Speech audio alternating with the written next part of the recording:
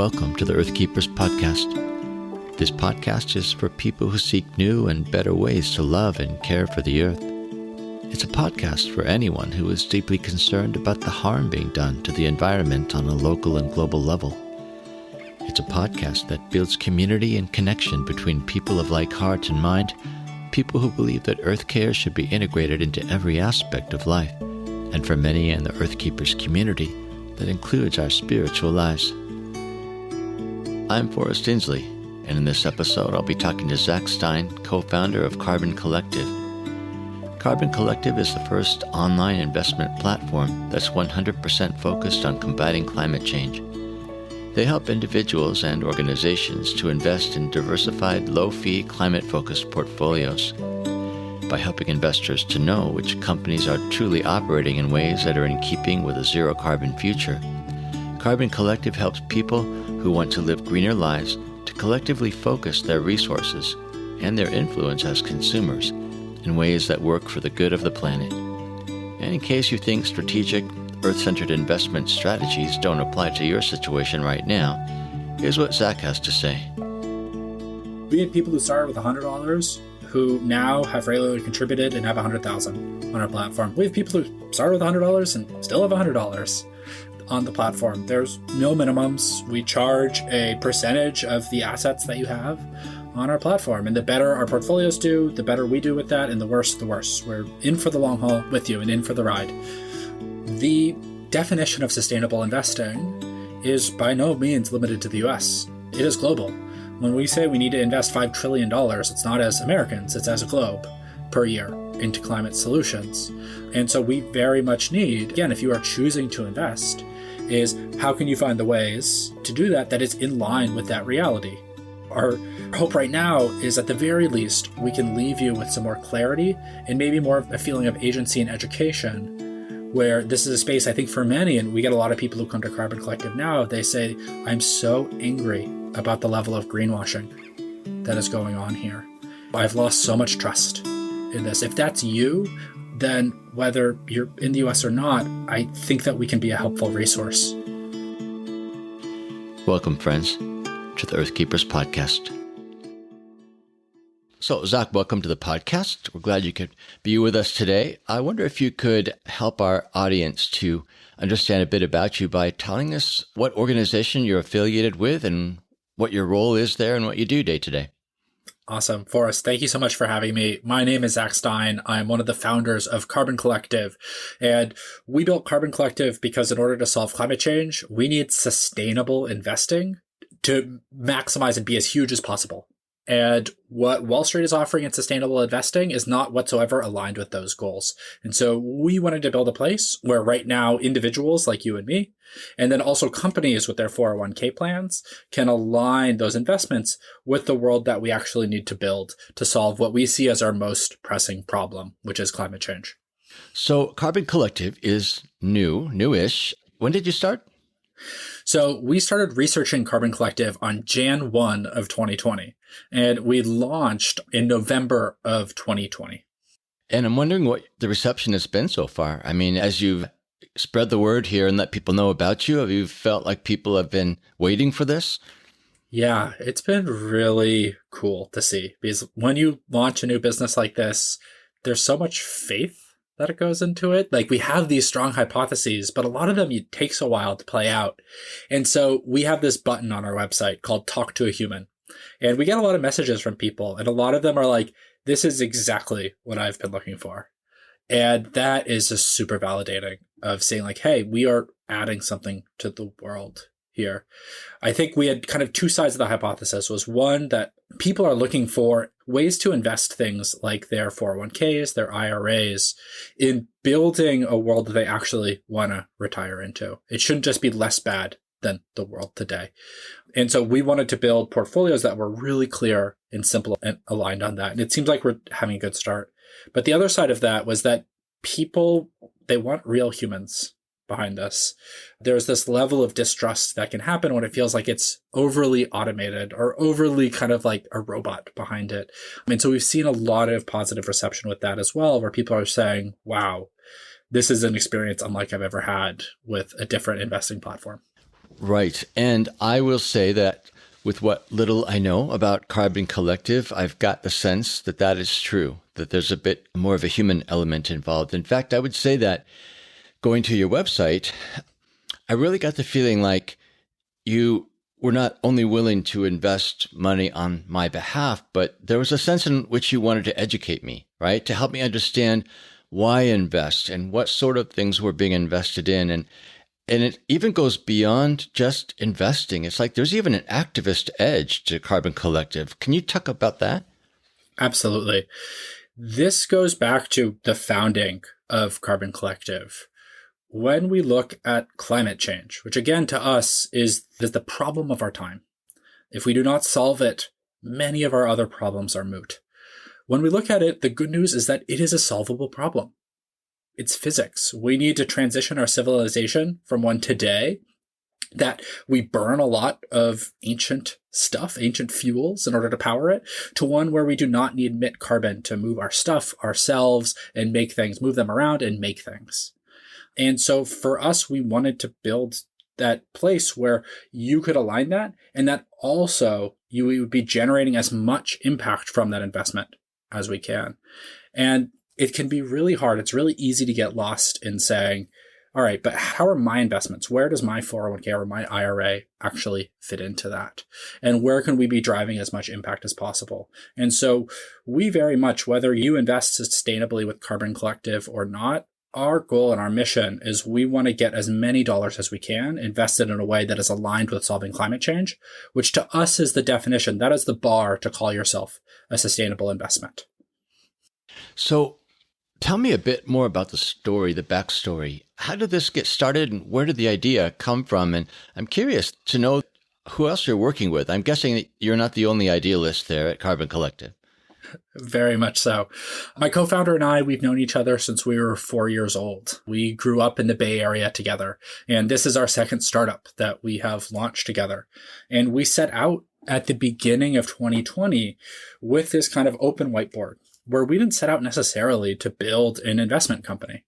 We had a question, which we wanted to find the answer to, which was, how can we build better tools that could enable individuals to collectivize their climate action?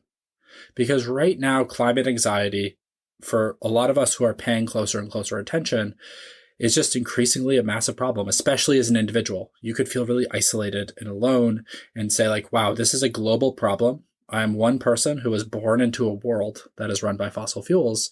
How do I engage in this and get in this? And so often it can feel really overwhelming of like, oh, I need to ride my bike and go vegan and go solar and offset. And there's like so many things with this.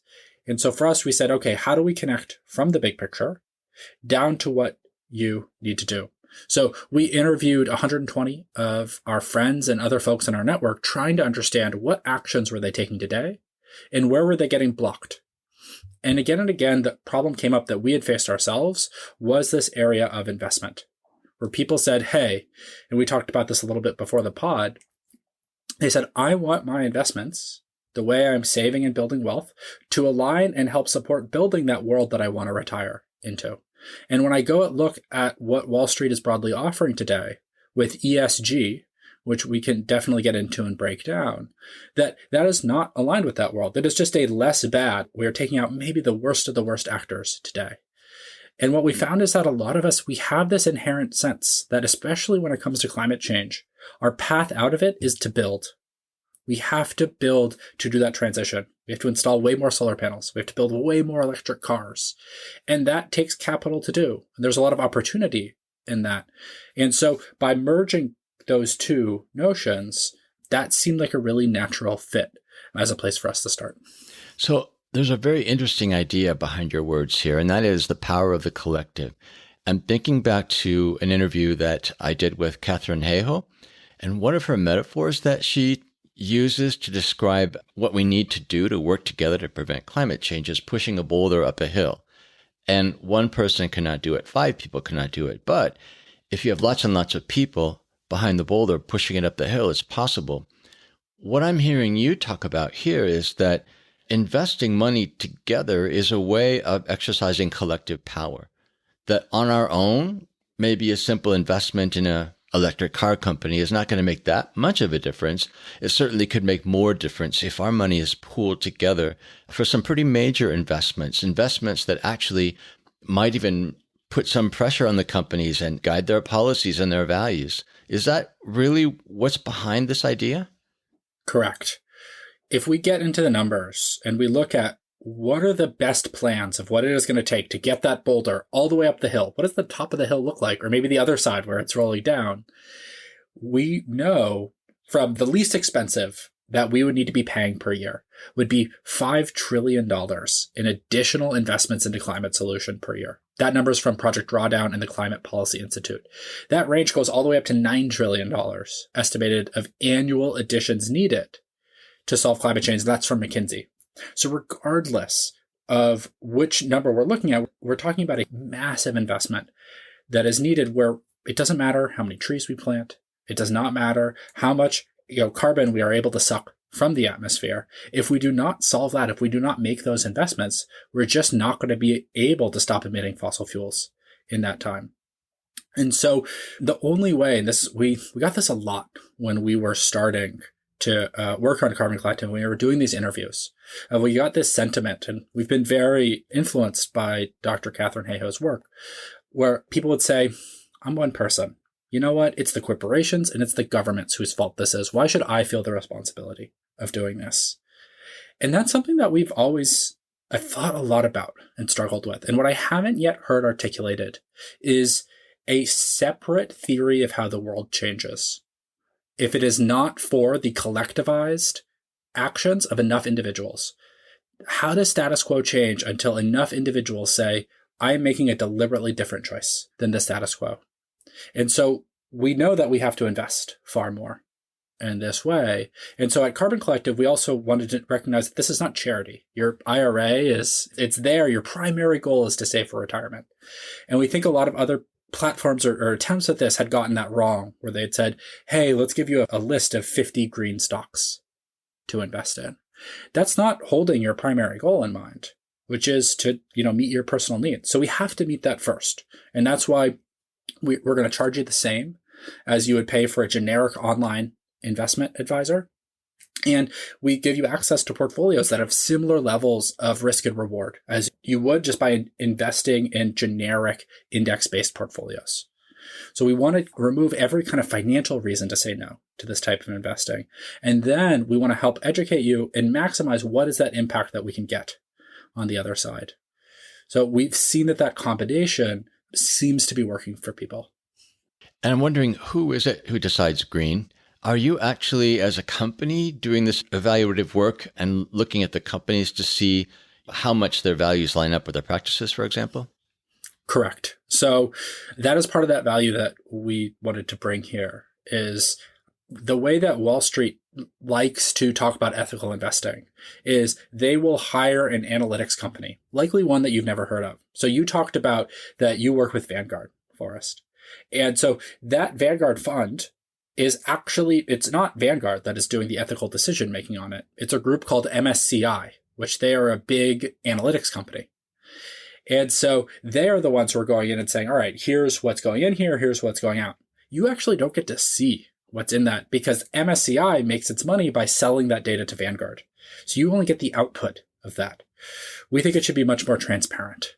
What we do is we look at the overall stock market and we look at it knowing that climate change is an incredibly complicated issue, but solving it is also very simple. If we do not dramatically wind down investments in fossil fuels over the next 30 years, while dramatically winding up investments into climate solutions over that period of time, we just will not be able to be on a path to globally solve climate change. And when I say solve climate change, I mean reach zero carbon emissions from the running of our civilization, so we can then start taking those historic emissions and getting them back down from the atmosphere and sequestered here on Terra, our oceans again. So that's what we have to do. And so we look at the whole stock market in the US. About 20% of that are made of industries that are technologically dependent upon fossil fuels for their core business. So that means when we imagine that world where we've decarbonized, that industry's core business could not exist, barring some a huge technological advancement that just is in the lab scale now and very well may never come to pass. So we, in terms of there's, often a debate in this space of, should you own oil companies in order to engage with them on votes?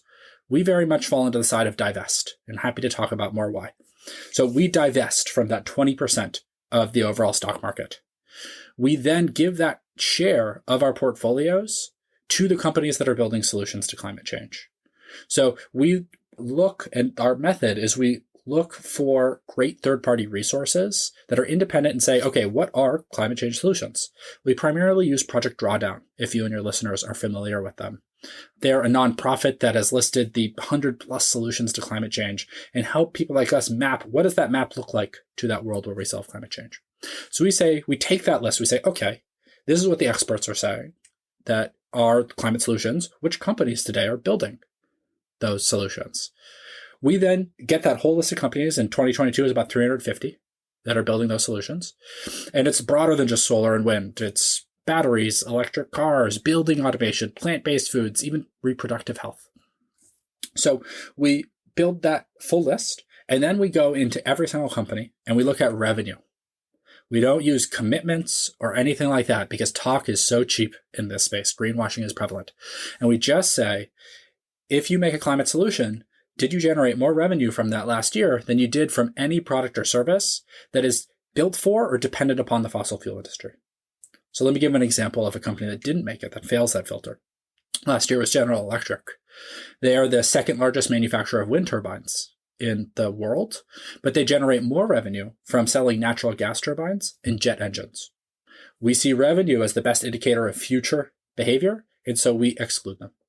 So that's the step 1 and 2 is divest and reinvest. And that's about 20% of our core portfolios. Then the 80% that is left over, we broadly hold. We make some changes, like we remove big banks because of the ways that they fund fossil fuel expansion and are very tied to it. And we hold this 80% because to us, these are the companies that we should be engaging with as shareholders. And the reason is that their core business can exist in that world where we have solved climate change. It is just being powered by 100% renewable energy, being delivered on 100% electric fleet. So like an example we often use is Coca-Cola. They are not an environmentally friendly company today. But in that world, Coke can sell me a Coke using the secret recipe. It's just 100% renewable powered, delivered on an electric or green hydrogen powered fleet, and they are protecting instead of abusing their watersheds. That means to us, this is where we should be using our activist. This is what we're voting on, energy, as shareholders, to get these companies to make that transition as fast as possible. Because not only do they care about us as shareholders, they also care about me as a consumer. And I put air quotes around that word. We don't like that word at Carbon Collective. We think we're humans. But Coca-Cola spends literally billions of dollars a year protecting their brand image in my eye. So that's a lot of power that actually gives us to get them to push and move faster. So that's kind of the 3 prongs of our approach there of how do we generate as much impact from investing as we can. Well, I'm curious to know more about the influence you're talking about of shareholders. What's the mechanism by which you're exerting this power? Is Carbon Collective actually stating positions, challenging companies to specific changes? Like, what is the voice in that translates to impact? Yeah, so we are very much a work in progress as a company. We are young, we are small, and we have big ambitions. I think that is clear. So right now, what we do with our voting is we vote in coalition with other groups like As You Sow, which is a Berkeley-based nonprofits. So we pledge your shares to vote with that. What we are building up towards is that position to be putting forth our own shareholder resolutions. So we're not just kind of passively saying, all right, we're going to vote on this and vote on that. We're still going to do that. But then also say, okay, company X, this is what we want you to do. We're going to start building a coalition around that. An example I like to use is what would seem like a very obvious shareholder resolution is focusing on big box stores. They have huge roofs that largely aren't covered with solar panels. It makes economic sense in many places in the US for them to put on solar panels and potentially even more to install backup batteries in those places. Economically, we're seeing the price of electricity is all over the place right now. as it's tracking fossil fuels, you also can have battery backups in the event of grid failures and things like that. That to us is where we should be investing our energy as climate activists, because that reduces the demand for fossil fuels, that type of success. And that's where we should be focusing on, is how do we reduce the demand side of fossil fuels as much as possible with that, rather than focusing on the supply side and trying to get fossil fuel companies to voluntarily cut supply, which doesn't make sense to us if they have customers that are lined up to buy their products. We need to, get the line pointed somewhere else, pointed to renewable energy, pointed to electrification. And so that's our goal of let's pick all of that low-hanging fruit that we can there to get that moving as quickly as possible.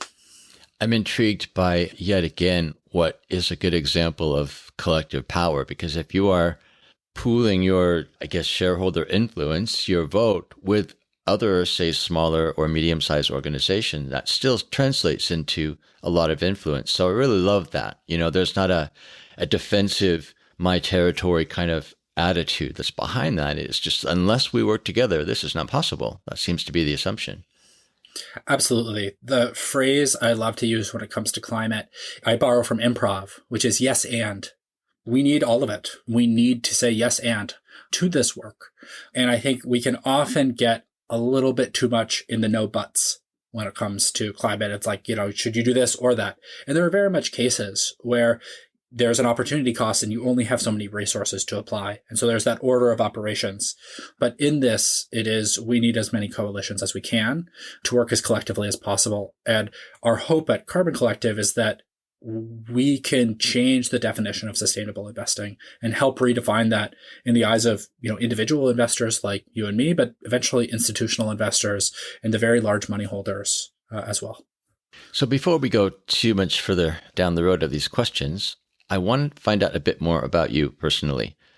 Why the environment? Why has this become such a pressing concern for you? And maybe what are some of the shaping influences you've experienced in your past that have helped you to get where you are now? Yeah, it's a great question. I grew up, again, as I said, with my co-founder.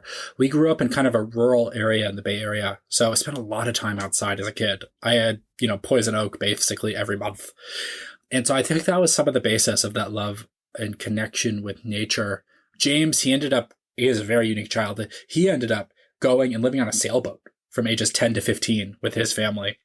Very connected with kind of the global systems that are happening there. Literally sailed through the Pacific garbage patch and things like that, seeing those impacts. For myself, my kind of real path in sustainability began after I graduated from college, and I did an urban farming fellowship here based in Berkeley. And that kind of opened my eyes to the importance of sustainability and also just the incredible creativity in it. There's so much building, there's so much innovation that is required, and I really enjoy thinking through those lenses. And James and I were always kind of dreamers as kids, and so getting to kind of apply that now has been really interesting. Focusing on climate in particular, for me, it was two events. It was the 2018 IPCC report that we have, at that point, 12 years to have our emissions globally to be on track to avoiding catastrophic warming. For listeners, can you tell us what that is? The IPCC is the UN's body of scientists that will come together and kind of update or make putting together the best of our scientific knowledge about climate change. And it is a notoriously conservative, and I don't mean politically conservative, I mean scientifically conservative group, and that they really look for consensus and they will publish and put forth what is the least out there opinions. And so to see the level of alarm that they were raising, which was this really big jump, that for me was huge. And in 2018, they said that we had 12 years by 2030. You might have heard this as a listener, that we had until 2030 to have our global carbon emissions. And if we did not do that, it would be very difficult for us to remain below some catastrophic levels of potential warming. And if we kind of flip that of like, what is the path that we're on for right now, is if we do not make these significant changes in investments as a globe, we are on track for 3 degrees C of global warming by 2100, which is a world and level of chaos that is unimaginable from the one today. And it is really terrifying. So That, then plus I grew up in the Bay Area. That was kind of event number one. Event number two is I think it was in 2017, we started having fire season.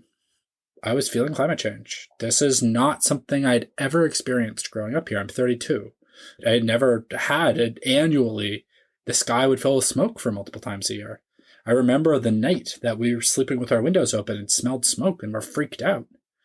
And now the degree to which that's become a regular occurrence is just such a change I've seen in my own lifetime that was incredibly motivating and showcasing that this is not a problem for my children. This is the problem of my time and our generation. And that if we do not solve it, I just had a kid. He's a little over 3 months old now, that we were really not doing service to them. So those were really the two things for me that were very motivating. And why kind of Carbon Collective in particular is that there's an aspect of climate change which in a lot of ways we still aren't talking about it quite right, especially ways that are aligned with how are humans actually motivated.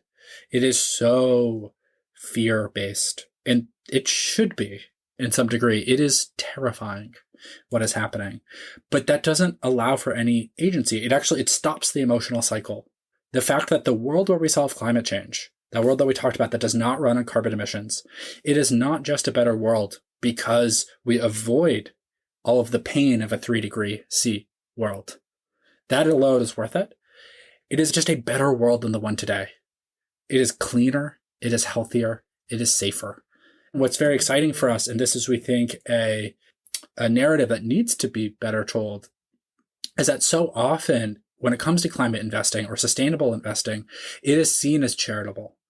It is seen as altruistic.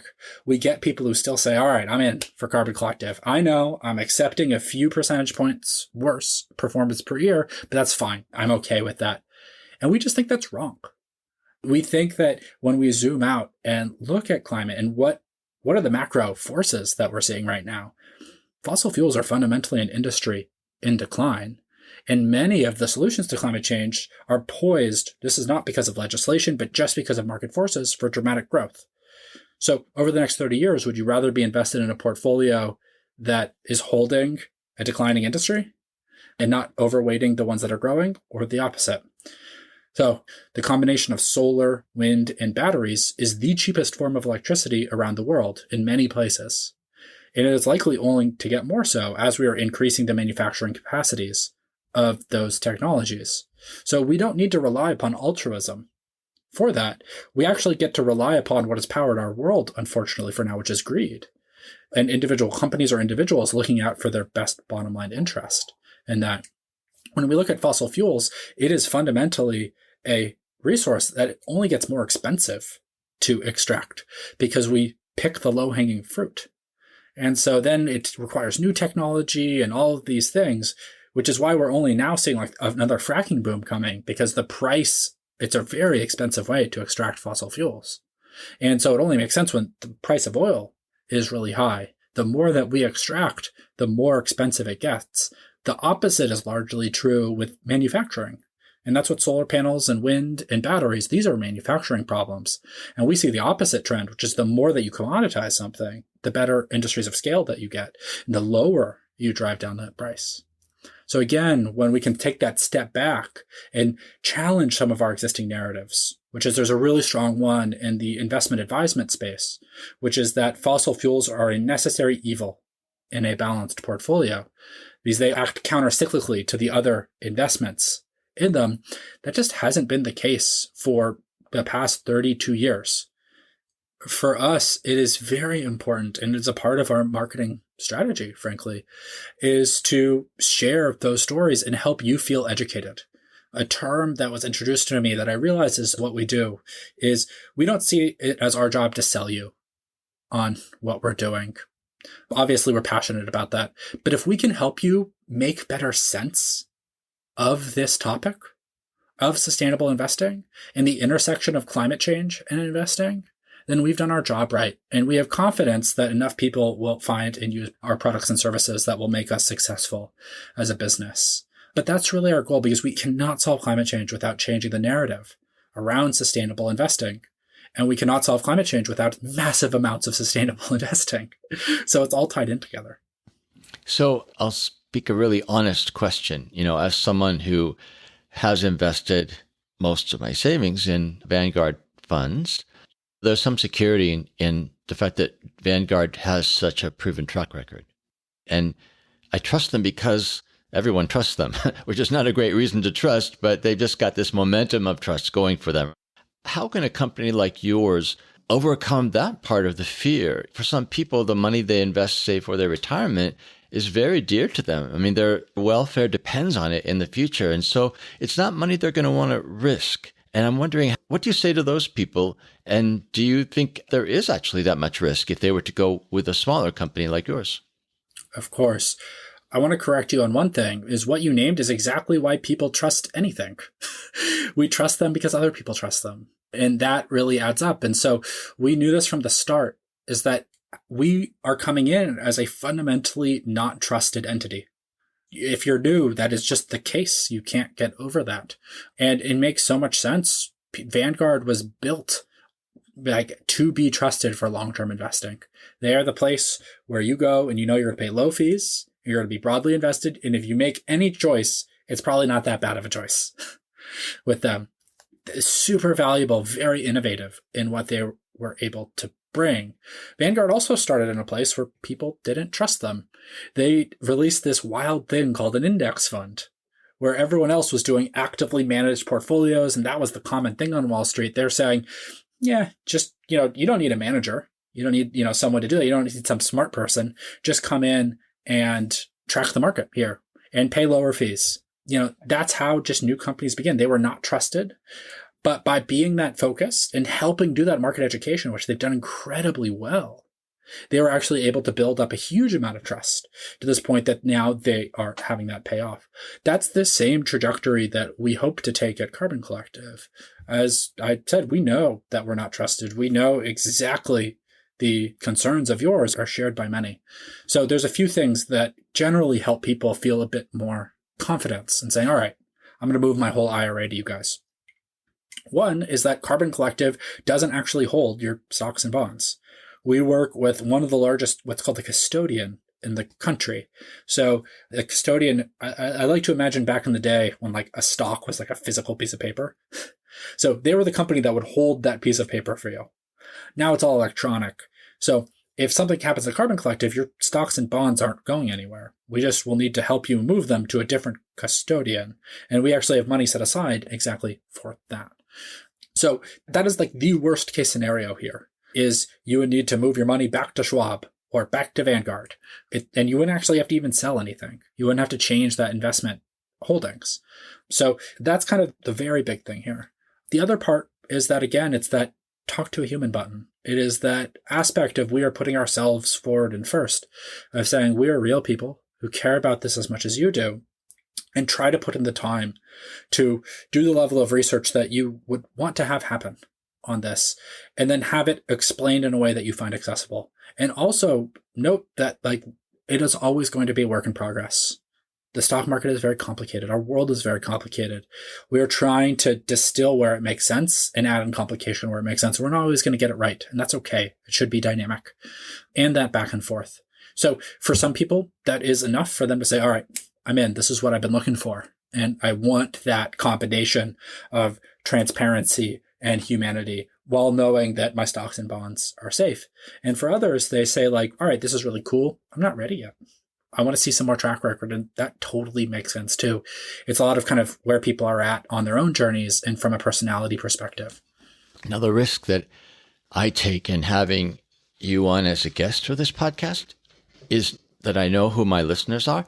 And I know that a lot of them are, first of all, young. And so when you're talking about 401k and retirement, I mean, they might have already turned us off at this point, right? Listening to something else.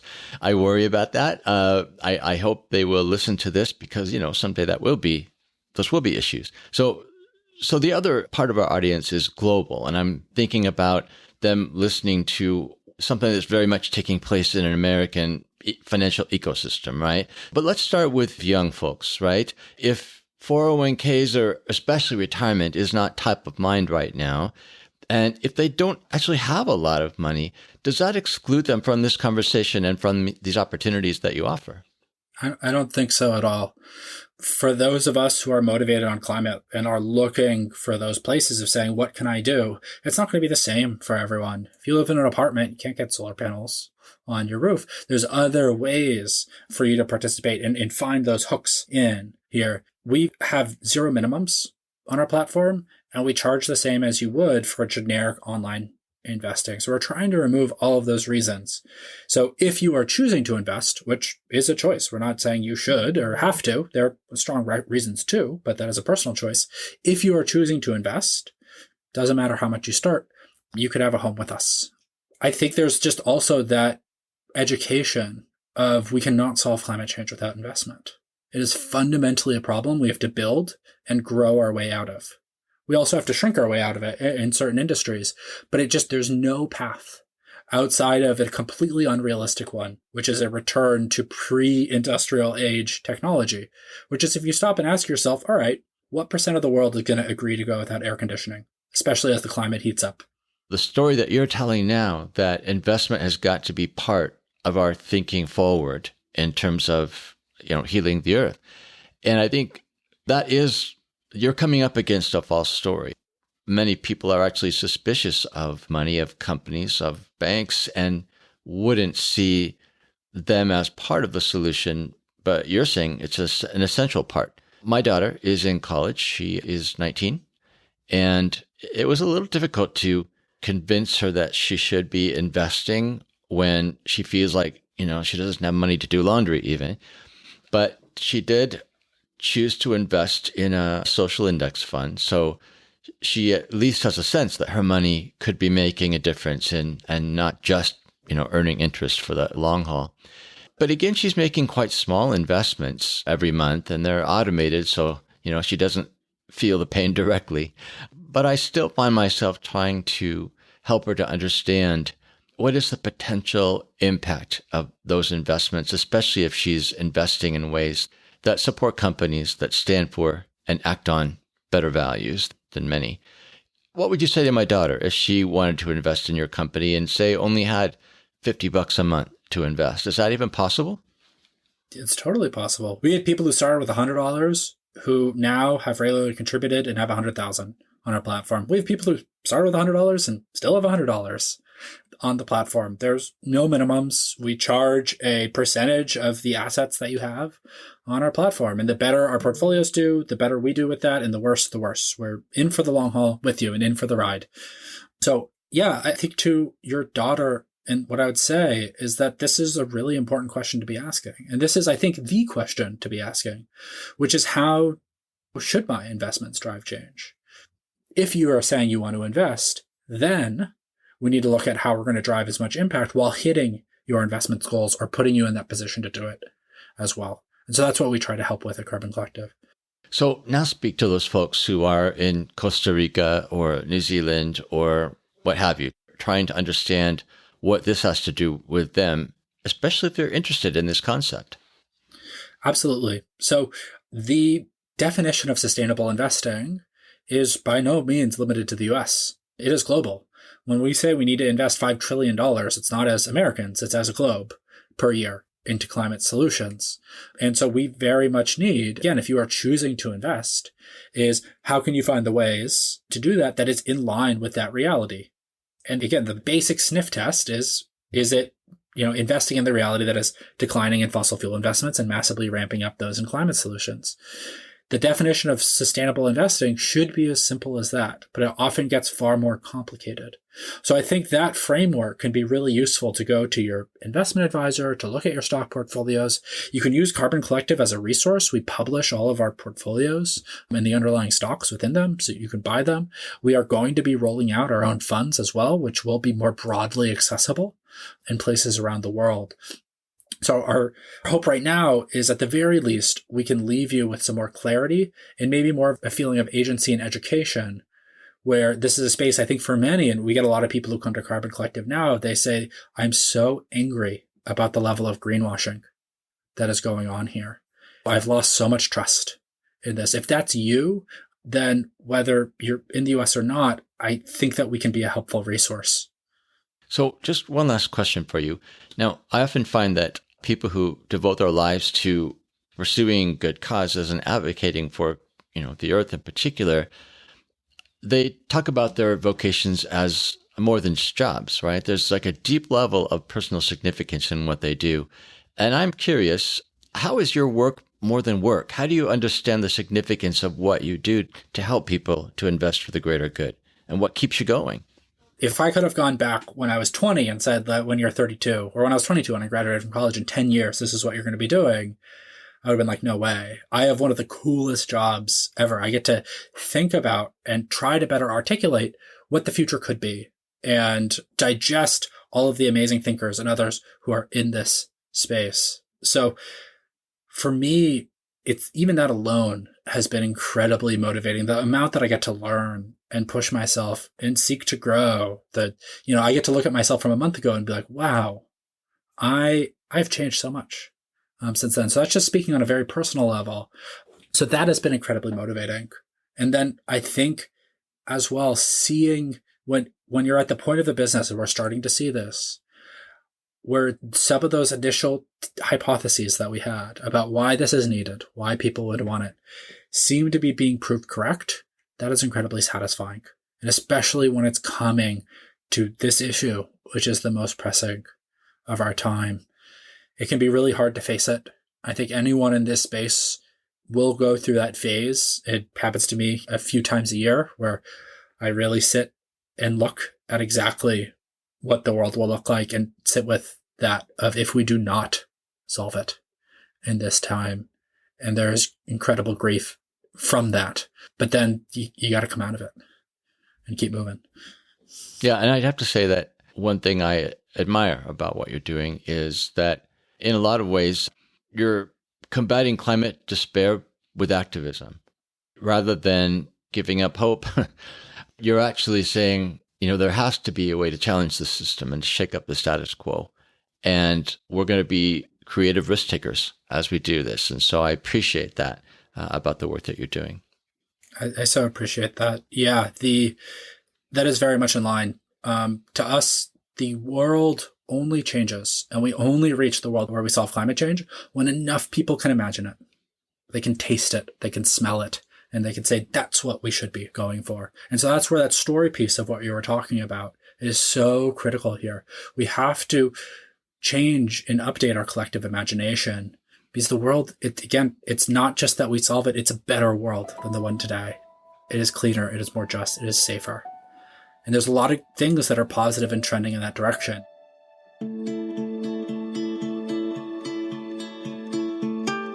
We've been in conversation with Zach Stein of Carbon Collective. If you're interested at all in green investment opportunities but are not quite sure about trusting a young company like Carbon Collective, we're with you. Or maybe you aren't sure that investing is for you right now. For that reason, my daughter Kyra and I did a test drive of their online investing platform by making an actual investment to see if Carbon Collective is easy to understand, easy to use, and upfront about all costs and fees. If you want to watch a video of that process, we'll be sending a link to anyone on the Circlewood email list. If you aren't yet on that list, go to circlewood.online and add your name to our growing global community of Earthkeepers. If you appreciate this podcast and want to help us expand its global reach, please show your support by subscribing. Just go to whatever platform you listen to podcasts on and hit the subscribe or follow button for the Earthkeepers podcast. I'm Forrest Inslee, your podcast host. Our executive producer is James Amadon. Our producer is Dave Wolfers. Timothy Connor is our editor, and Forrest Reed is the creator of our original music. Our research assistant is Rochelle Nordman, and Jesselyn Gentry is our social media director. Thank you, friends, for listening, and please join us for our next conversation on the Earthkeepers podcast.